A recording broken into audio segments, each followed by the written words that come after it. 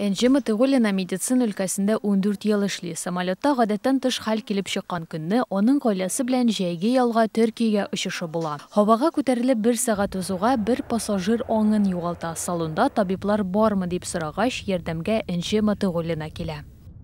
В первую очередь, естественно, Ауруны идәнгә яткырдык. Стюардесса аптечка белән тонометр алып килде. Мин аңын югалткан ханымга ясалма сулыш алдырдым. Йөрәгенә ясалма массаж ясадым. Мондый очракларда без авырның янәшәсендәге кешеләрдән сораштырабыз.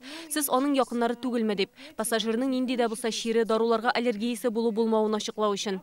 Дөрес итеп беренче ярдәм күрсәтелгәнгә күрә пассажир аңына килә. Самолет командиры аны Казанга кайтару өчен очкычны кире борырга карар кыла.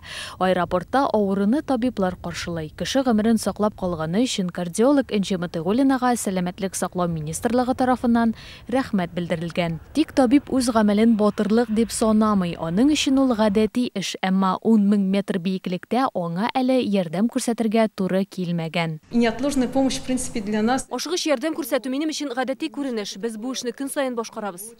Энҗе Матыйгуллинага рәхмәтле пациентлар байтак. Шуларның берсе Венера Әхмәтшина. Ул кардиология бүлегендә беренче тапкыр гына түгел, шундый яхшы табиб күзәтүендә булуына бик шат. БСМП не первый раз. Минем табибым бик әйбәт. Хастаханәдән хәлем яхшырып чыгып китәм. Киләчәктә сау-сәламәт килеш күрешергә язсын. Зур рәхмәт сезгә. Беренче ярдәм күрсәтә белү һәркемнең бурычы ди Энҗе Матыйгуллина. Кемнеңдер хәле начараеп киткән вакытта янәшәдә табибның булмавы да мөмкин. Лилия Гатина, Ленар Солтанов, Таңсылу Насырова, Яңа гасыр каналы.